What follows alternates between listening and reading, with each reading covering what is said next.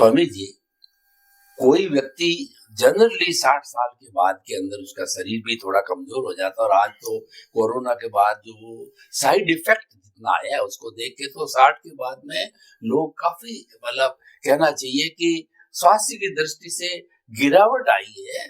और आगे भी क्या होगा, तो कहने का मतलब व्यक्ति 60 के बाद के अंदर किस गवर्नमेंट भी रिटायर कर देती है और प्राइवेट धंधा होता है तो भी बच्चे बच्चे सब काम संभाल लेते हो, करीब करीब वो रिटायरमेंट एज पे, सेवानिवृत्ति पे आ जाता है।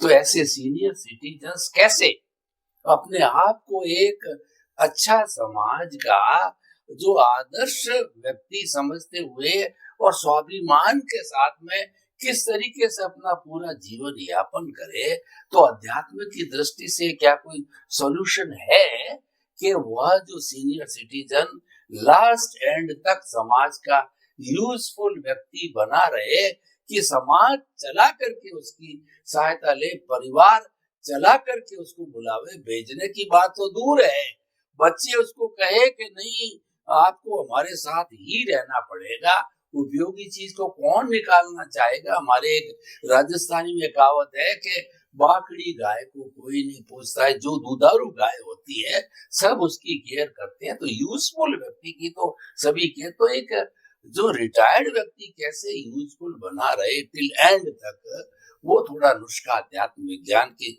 दृष्टि से, क्योंकि हमको चौमुखी बनना पड़ेगा, हमको समाज के हर तबके की क्या क्या जो प्रॉब्लम है उनका सोल्यूशन किए बिना अध्यात्म विज्ञान जो है केवल मुक्ति के मार्ग को लेकर के और कार्यकारी नहीं बन सकता। तो कृपया ऐसे के लिए कोई रास्ता अध्यात्म विज्ञान की दृष्टि से बताइए। प्रश्न के लिए धन्यवाद।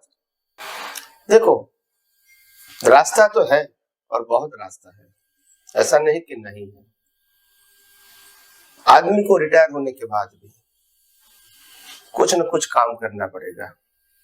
अगर पैसा नहीं है तो भी पार्ट टाइम जॉब भी करना पड़ेगा, और अगर पैसा है तो सामाजिक एक्टिविटीज कहो, घूमने फिरने की एक्टिविटीज कहो, फ्रेंड सर्कल को मिलने की एक्टिविटीज कहो, और इसी प्रकार से समाज के कुछ काम भी करते रहे और अपना उत्साह भी बढ़ाते रहे। ये कर सकते हैं। मैंने पहले बता दिया था कि दो बात आपको ध्यान में रखनी है आफ्टर सीनियर। आपके पास पैसा होना चाहिए और स्वास्थ्य अच्छा होना चाहिए। पैसा नहीं है तो आपको पार्ट टाइम जॉब करनी चाहिए ताकि आप सेल्फ सफिशिएंट रहें, हैंडीकैप लाचार नहीं रहे। और करते हैं, भारतवर्ष में क्या विदेशों में करते हैं, at the age of 75-80 years भी वहां जॉब करते हैं। जहां तक आप काम कर सकते हैं तो वहां तो ऐसे है नहीं कि आपको रिटायर कर देंगे। हाँ, गवर्नमेंट में है, प्राइवेट जॉब में एज बार वहां नहीं है कि आपको 55, 50, 60, 65 रिटायर होना ही है, वो कोई कंपल्सरी नहीं है। जो कंपनी को काम चाहिए वो काम देते हैं, और आप करना चाहते हैं तो कर सकते हैं। अगर नहीं कर सकते हैं तो रिजाइन कर सकते हैं। तो एक सिस्टम बनी हुई है। और लोग कभी कभी उम्र वाले होते हैं तो 8 कलाक काम नहीं करते, तो पार्ट टाइम 20 कलाक काम कर लेते हैं, तो ऐसे भी अपना जीवन चलाते हैं, बाकी सब काम घूमते रहते हैं। तो डिपेंड, तो ऐसी बहुत सारी सुविधा परिस्थितियों के अधीन समाज में भी आएगी और कंपनियों में भी आएगी, काम भी ऐसा हो जाएगा। तो लोग करते हैं ऐसा, मैंने देखा है। तो समाज में ऐसा तो होना चाहिए। और दूसरी बात यह है कि आप जब उम्र होते हुए भी अगर आप स्वस्थ हैं और आप अभी भी पैसा कमा रहे हैं अच्छी तरह, क्योंकि आपके पास तो तजर्बा है, एक्सपीरियंस है, तो कम समय में आप ज्यादा भी कमा सकते हैं, कम लेबर से भी ज्यादा कमा सकते हैं, क्योंकि आपको अनुभव के बाद में आपने सार निकाला है। तो हो सकता है कि आपकी इनकम के आधार से बच्चे आपको रखना चाहे, 60, 70, 75, 80 तक भी रखना चाहे, हो सकता है ऐसा।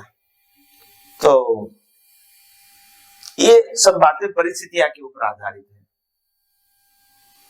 मूलतः स्वास्थ्य अच्छा होना चाहिए और पैसा हमारे हाथ में होना चाहिए, फिर हम कोई भी रास्ता अपना सकते हैं। फरियाद करने से बेटर हम इसको रिजॉल्व करने की कोशिश करें, और उसमें एक ही बात है रिजॉल्व करने के लिए, हम कोई भी परिस्थिति में as far as possible self sufficient बने, कि दूसरे के ऊपर जितना डिपेंडेंट कम होंगे इतना हम स्वस्थ रहेंगे, तन से, मन से और धन से। तो ये तो कंडीशन है। चलो देखते हैं आगे आगे कि समाज की अच्छाई के लिए क्या क्या हो सकता है, क्या क्या हो रहा है।